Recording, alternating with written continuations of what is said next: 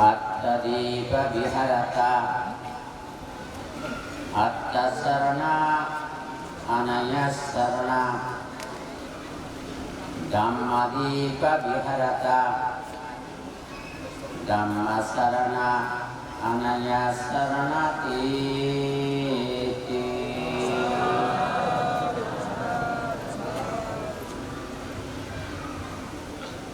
बंधननगर चट्टग्रामेर bouquet इपिजेतस्थ इलचटगर बौद्ध विहार प्रांगणे बुद्ध प्रशंसित दानोत्तम दानश्रेष्ठ दान राजा नामे ख्यात कठिन शिवर दान महासमारोहे सुसम्पन्न होते चलेছে। এই পুণ্যময় অনুষ্ঠানকে ভিত্তি করে সদ্ধর্ম সভার সুন্দর ব্যবস্থাপনাকে আমি স্বাগত জানাই, অভিনন্দিত করি। পুণ্যদান করি। আপনারা যে যেখানে থাকুন না কেন ভালো থাকুন, সুস্থ থাকুন, দীর্ঘজীবী হন, জ্ঞানে জ্ঞানে কর্মজীবনে প্রতিষ্ঠিত হয়ে আত্মোন্নতি আত্মপ্রতিষ্ঠার মাধ্যমে মাতৃসেবা পিতৃসেবা গুরু সেবা করে সুশীল সমাজ বিনির্মাণে সদ্ধর্মের জাগরণে যদি কিছু না কিছু অবদান রাখতে পারেন, তাহলে আপনার দেবদূত মনুষ্য জীবন জনপ্রিয়তা লাভ করবে, গ্রহণযোগ্যতা হবে, নন্দিত হবে, বরেণ্য জীবনের অধিকারী হবে, একদিন সময় সাপেক্ষ গর্বিত ইতিহাসের অধ্যায় হবে। এই শুভ কামনা করে অশান্ত বিশ্বের শান্তি সুখ কামনা করে তিনবার সাধুবাদ প্রদান করুন। এই পুণ্যময় সভাকে ধর্মীয় মর্যাদায় সমুন্নত করার জন্য চট্টগ্রাম পার্বত্য চট্টগ্রামের বিভিন্ন আত্মত্যাগী কৌত চরিত্র শাসন সদ্ধর্মের ধারক বাহক গুণোত্তম মহান ভিক্ষু সংঘের আগমনে আজকের এই পুণ্যতীর্থ পুণ্যভূমিতে পরিণত হয়েছে। তাই সংঘের আগমনকে স্বাগত জানাই, অভিনন্দিত করি, মৈত্রীময় আশীর্বাদ জানাই। এই সংঘ এই পৃথিবীতে যতদিন থাকবেন ততদিন বুদ্ধ শাসনের অবক্ষয় হবে না, বরং দিন দিন নীতি নৈতিকতার আদর্শের মধ্যে দিয়ে আত্মজয়ী আত্মমুক্তির পথটাকে প্রশস্ত করার ক্ষেত্রে যুগে যুগে সংঘ সমাজ এই জাতিকে যেভাবে এগিয়ে এনে দিয়েছে সেটা ইতিহাস কালের সাক্ষী হয়ে আছে। তাই আপনাদের পক্ষ থেকে আমার পক্ষ থেকে এবং আমার আলোকিত প্রতিষ্ঠিত ছাত্র সাধন যদি মস্তবীরের পক্ষ থেকে আপনাদেরকে অশেষ কৃতজ্ঞতা মৈত্রীময় অভিনন্দন জানাই। পুণ্যার্থীদায়ক এই কারণে আমরা যদিও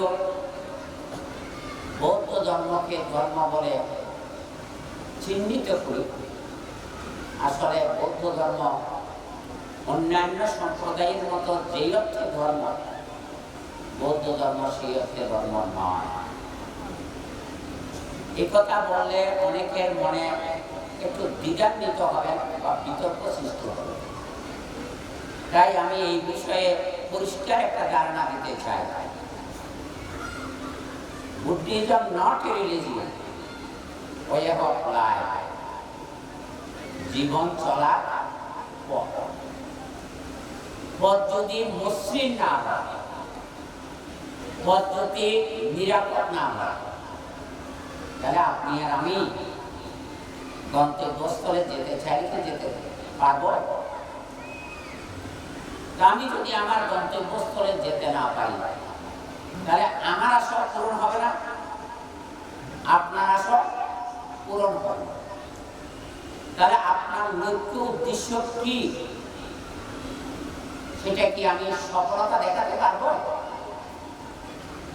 সেজন্যই বুদ্ধের শিক্ষা দর্শন প্রথমত যুক্তিবাদী দর্শন।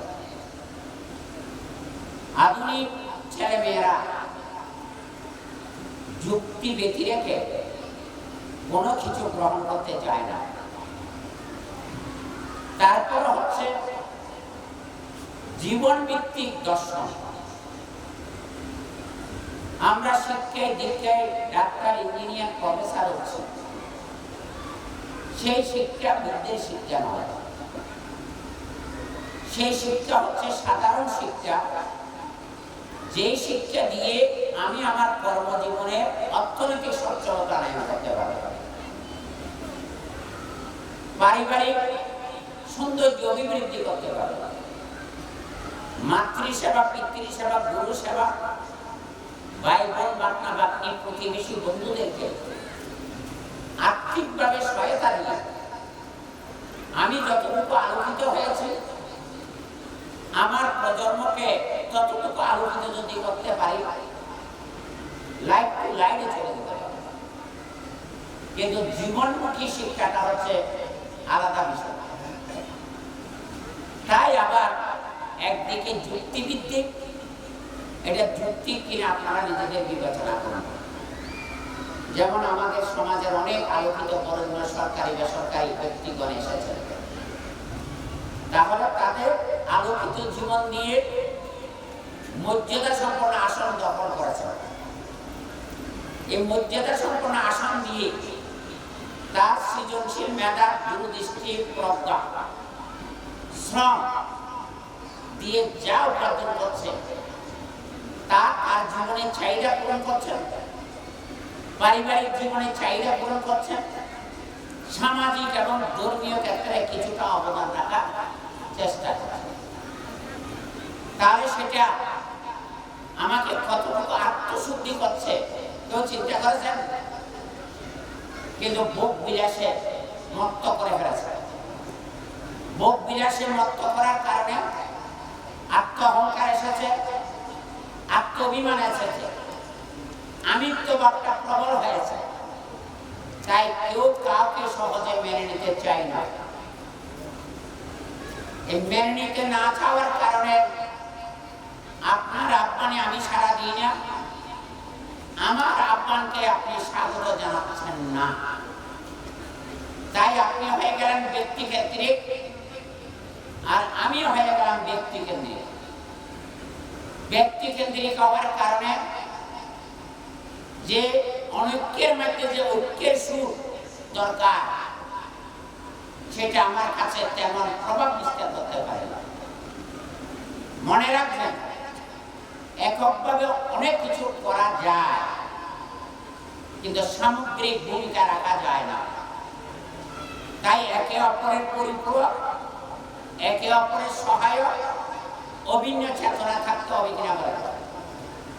তাই আজকের জীবন দানটা যে কোনো ব্যক্তি বিশেষে করতে পারতেন, কিন্তু এটা ব্যক্তিগত প্রাধান্য না দিয়ে নারী পুরুষ সর্বস্তরের মানুষকে এই দানে অংশগ্রহণ করার সুন্দর ব্যবস্থাপনা আমরা লক্ষ্য করতে পারছি।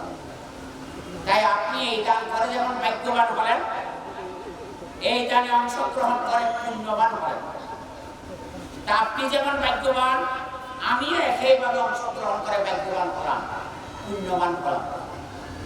তো ভাগ্যবান পুণ্যবান হওয়া শুভ লক্ষণ নাকি অশুভ লক্ষণ? এমন কোন মানুষ নেই নিজের শুভ নিজে চায় না। সাবধান, শুভ চাইলে শুভ হয় না যদি শুভ চেতনা না থাকে। শুভ মানসিকতা না থাকে, গুরুগত প্রাণ যদি হতে না পারেন, কঠিন জীবন কাকে দেবেন?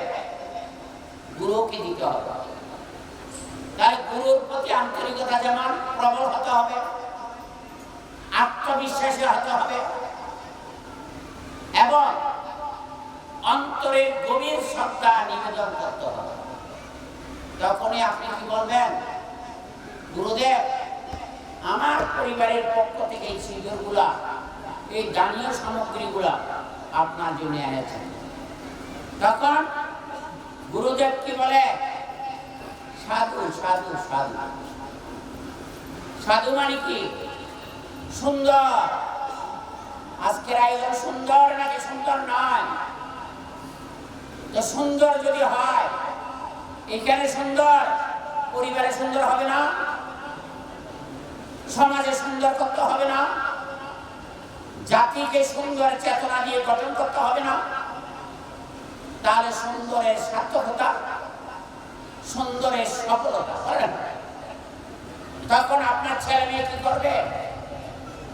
মা বাবাকে নিয়ে গর্ব করবে, আমার বাবা, আমার মা, আমার দাদু, আমার ঠাকুমা এরকম একটা সুন্দর ধর্মীয় পরিবেশে আমাদেরকে উপস্থিত করিয়েছে। তাই বাবা মা বাবার দৃষ্টিভঙ্গি যেমন সুন্দর হয়েছে, উন্নত হয়েছে, ছেলে মেয়ের চেতনা একইভাবে দীপ্তিমান হয়েছে। তাহলে মা বাবার সাধনা সার্থক হয়েছে কিনা বলেন? আশা পূর্ণ হয়েছে কিনা বলেন? অতৃপ্তি মন তৃপ্তি হয়েছে কিনা বলেন? অসুখী মন সুখী হয়েছে কিনা বলেন? এটাই তো আপনার আমার প্রত্যাশা হওয়া উচিত, নাকি নয়? বটগাছ, বটবৃক্ষ যতই বিশাল হোক না কেন, বটবৃক্ষ নামে স্বীকৃতি লাভ করে, বাগান হিসাবে স্বীকৃতি কেউ দেয় না। বটবৃক্ষের চতুর্দিকে যদি বনজ ফলজ ঔষধি বৃক্ষ গজিয়ে উঠে, তখন সাধারণ মানুষ এই বিশাল বাগান দেখে বটবৃক্ষের নাম স্বীকৃতি জানায় না, বাগান নামে স্বীকৃতি জানায়। তখন সেই বাগান পরিভ্রমণের জন্য আমিও যাই, আপনারাও যান, আত্মীয় স্বজন বন্ধু বান্ধব সবাই উপস্থিত হয়। এই বাগান পরিদর্শনের শোভনীয় দৃশ্য দেখে তখন সবাই কেউ না কেউ বলে, চলুন একটু ভিতরে যায়। ভিতরে গিয়ে যখন বটবৃক্ষ দেখে তখন গর্ব করে এই বাগানের মধ্যে একটা বিশাল বটবৃক্ষ আছে। তখন গ্রুপ করে ফটো উঠে বটবৃক্ষের ছায়ার চতুর্দিকে পরিভ্রমণ করে আনন্দ লাভ করে।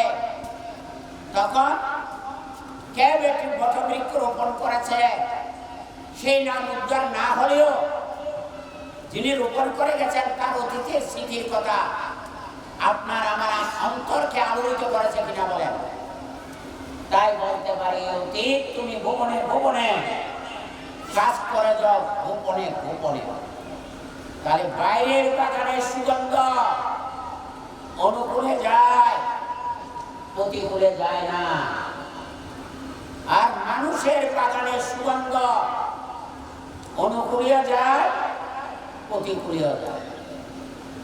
বাইরের মানুষের বাগান, মা বাবা ছেলে মেয়ে নাতি নাতনি বিয়াই বিয়াই বন্ধু বান্ধব, এই বাগানটাকে বাগানের মতো আমি রক্ষা করছি কিনা বলেন। রক্ষা করতে গেলে কি গুণের প্রয়োজন বলতে পারবেন? আপনি আর আমি কতটুকু আন্তরিক বলেন। এত যদি আমরা স্বাধীন বাংলাদেশে যদি আন্তরিক হতাম, তাহলে রেশারেশি, দ্বন্দ্ব, সংঘাত, বঞ্চিতকরণ, সম্পত্তি অপহরণ, মানুষের ন্যায্য অধিকার বঞ্চিতকরণের কোন সুযোগ আছে কি? কারণ আপনিও বলছেন সৃষ্টির শ্রেষ্ঠ জীব, আমিও বলছি দুর্লভ মানব জীবন, হিন্দুরা বলছে নররূপী নারায়ণ। মানুষকে জন্মে শ্রেষ্ঠ নাকি কর্মে শ্রেষ্ঠ? কর্ম বিনা হয় না কর্ম, কর্মেতে হয় যে জন্ম, তাহলে কর্ম কোন কর্ম? সকাম কর্ম নাকি নিষ্কাম কর্ম? সকাম কর্ম কাকে বলা হয়? লোভ, দেশ, মোহ, আকাঙ্ক্ষা, অহংকার, অভিমান, আমিত্ব চেতনা। তাই বুকে হাত দিয়ে বলেন, এগুলি ত্যাগ করতে পারছেন? তো ত্যাগ করতে পারছেন না বিদায় মানুষ লোভাসক্ত, দেশাসক্ত, মহাসক্ত। মহান্ধতার কারণে নিজেকে নিজে চিনিয়া চিনলাম না, বুঝিয়া বুঝলাম না, জ্বালাইয়া গেলি মনের আগুন নিভাইয়া গেলি না। জ্বলন না জ্বলন হন এখন ভাইয়ে ভাইয়ে, স্বামী স্ত্রী, ওরি বউয়ে, কেড়ে কেড়ে পছন্দ না করা। আবার এই জানি গুরু শিষ্য, বল না, আবার ভক্ত গুরু। কারণ ভক্ত এটা সত্য গুরু, কারণ গুরুগত চেতনা নাই, ধর্মগত গুণ নাই। অধর্ম রইলে ধর্মের প্রাধান্য দিতে যায়নি, তখন কি হয়? ধর্মীয় পরিবেশ কলুষিত করছে। হীন ধর্ম না সেবেইয়া, আমরা ধর্ম করি কি? হীন। হীন মানে নিকৃষ্ট, হীন মানে অশান্তীয়, হীন মানে অকল্যাণকারী, হীন মানে যার যেটা গুণধর্ম আছে সে গুণকে স্বীকৃতি না দিয়ে অগুণীকে গুণী হিসাবে স্থান দেওয়ার কারণে অযোগ্য ব্যক্তি যোগ্য আসনে বসার কারণে আসন টলমল করে। মনে রাখবেন, হিমালয় পাহাড় না দেখলেও নাম শুনেছেন। হিমালয় পাহাড়কে প্রচন্ড ঘূর্ণিঝড়ে নাড়াচাড়া করতে পারে না, পারে কি? সামান্য হয়তো ডালাপালা ক্ষত বিক্ষতা হয়, হিমালয় পাহাড়কে উৎপাদন করা যায় না। তদ্রূপ প্রজ্ঞাদীপ্ত জীবন, আধ্যাত্মিক জ্ঞান সাধনার জীবন, ব্রহ্মচারীর জীবন হিমালয় পাহাড় তুল্য। তাদেরকে শত চেষ্টা করলেও তাদেরকে তাদের জায়গা থেকে চ্যুত করতে পারবেন? তাহলে আপনাদের মধ্যে সেই দৃঢ় চেতনা, সেই মনোবল যদি থাকে, সেই আত্মবিশ্বাস যদি থাকে, তাহলে আপনার জায়গা থেকে আপনাকে বিন্দু মাত্র চ্যুত করতে পারবে না। বরং আপনার সৃজনশীল মেধা, বাস্তবতা, যুক্তি দিয়ে আপনি কি করবেন? কর্ম প্রচেষ্টা দিয়ে, কর্ম প্রতিভার যখন পরিচয় দেবেন, আপনাকে পদমর্যাদা দেবে কিনা বলেন? আপনার পদোন্নতি হবে কিনা বলেন? তখন আপনাকে নিয়ে আত্মীয় স্বজন জয় জয় করবে। কেন?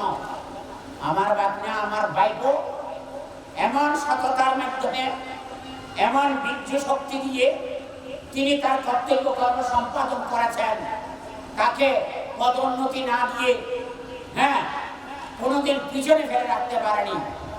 তাই বুদ্ধ বীর্যবান সিংহপুরুষ ছিলেন। বৌদ্ধদেরকে কি বলেছেন? তোমরা বীর্যবান সিংহপুরুষের উত্তরাধিকারী।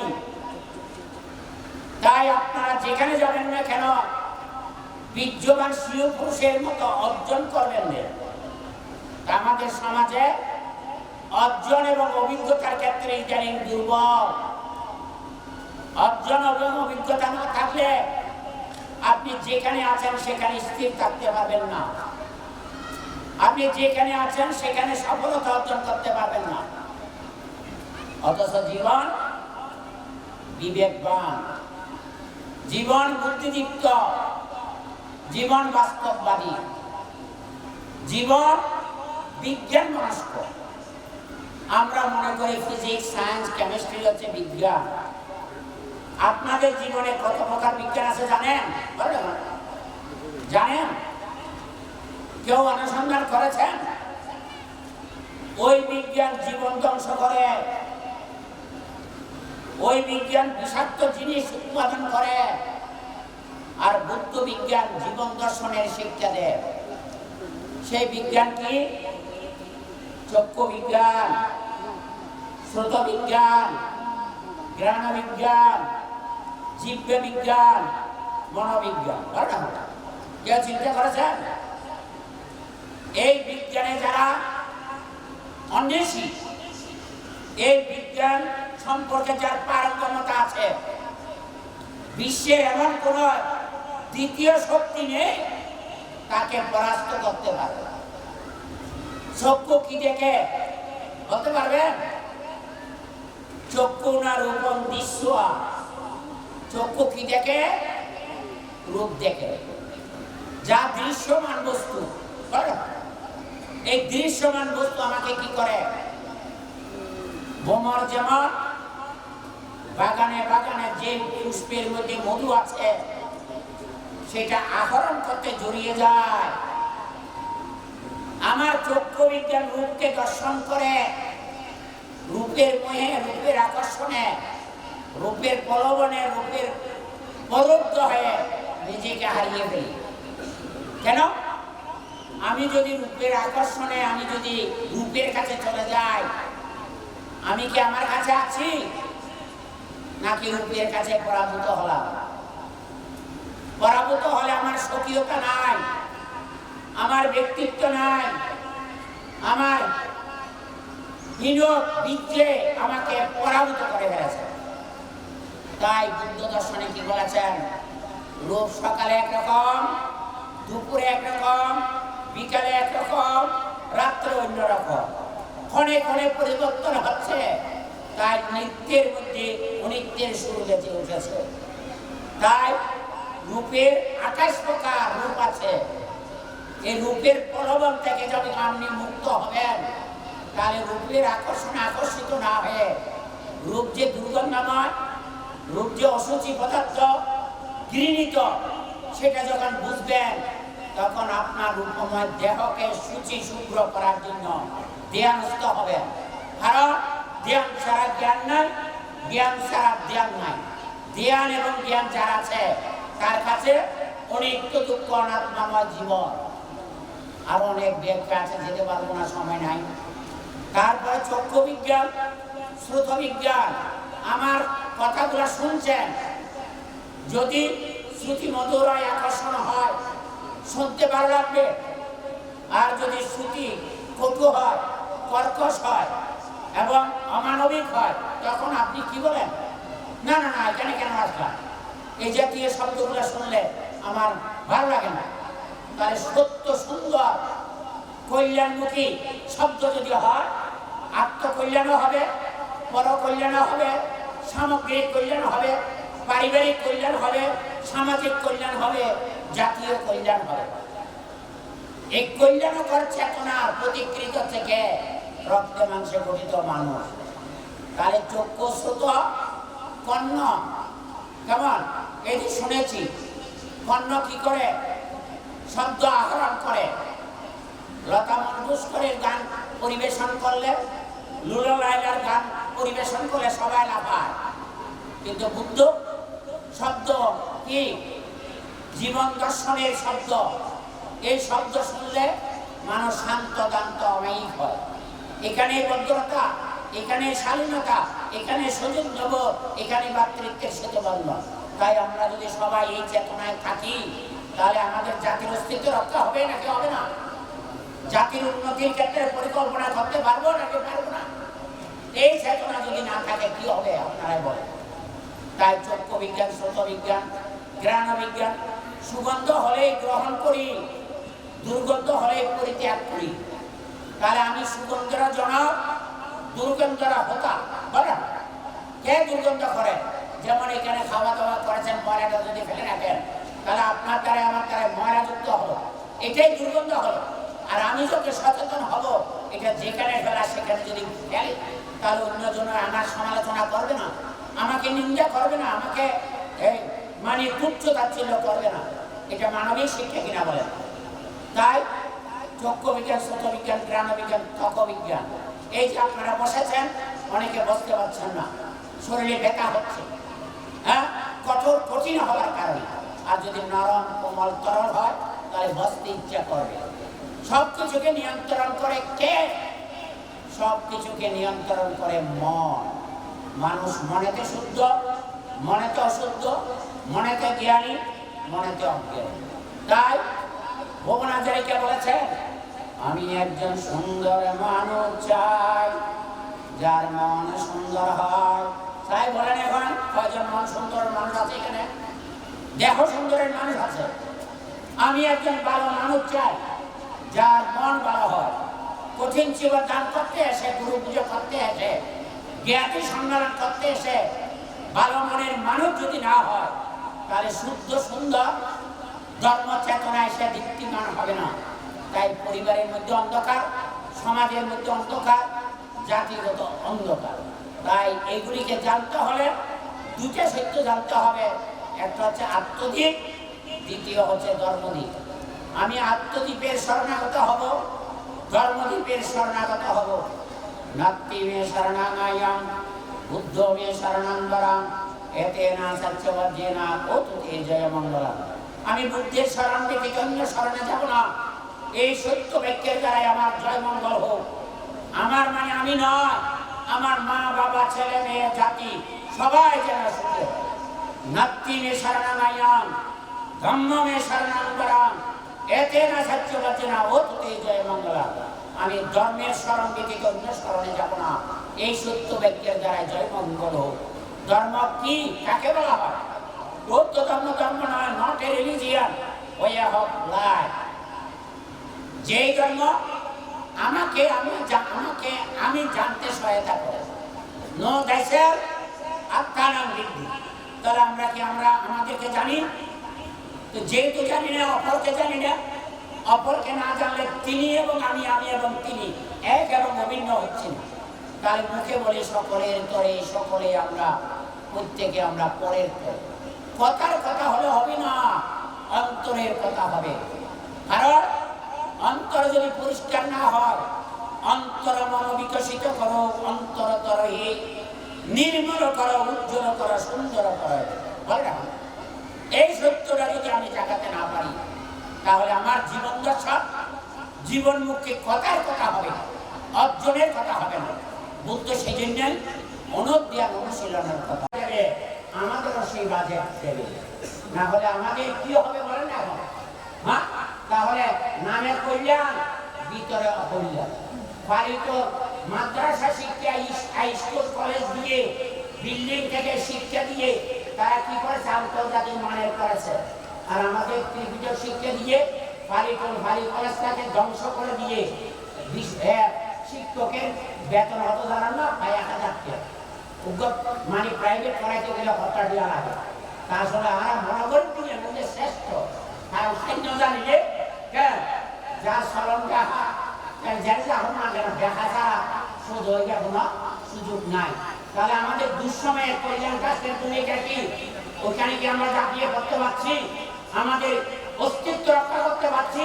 আমরা সেখানে গিয়ে মোকাবিলা করতে পারছি? এটা বুঝতে হবে। কাউকে ছোট, কাউকে বড় করার জন্য নয়। যোগ্য ব্যক্তিকে যোগ্য আসনে বসিয়ে আমাদের জাতীয় অস্তিত্ব রক্ষার ক্ষেত্রে যারা ভূমিকা পালন করতে পারে, তারাই হবে নেতা, তারাই হবে জনদরদি মন্ডিত ব্যক্তি।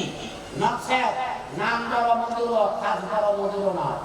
বুদ্ধ নামে বিশ্বাসী নয়, কাজে বিশ্বাসী। তাই উনি আসলে আমি বলতাম, বুঝিয়ে দিতাম। আমাদের এখন চট্টগ্রামের সিটি কর্পোরেশন সহ যত কলেজ আছে, সেখানে কিন্তু বৌদ্ধ ধর্মের শিক্ষক নিয়োগ দিচ্ছে না। এই যদি পরিণতি হয়, ওনাদের মুসলিম বাইরে 10 জন ছেলে থাকলে একজন শিক্ষক নিয়োগ দিতে পারে। আর বৌদ্ধরা সংখ্যা অনুসারে আমাদেরকে যদি শিক্ষক না দেন, অন্য কেউ শিক্ষককে যদি পড়ায়, আমাদের ছেলে মেয়েকে দিচ্ছে 80%, 90%।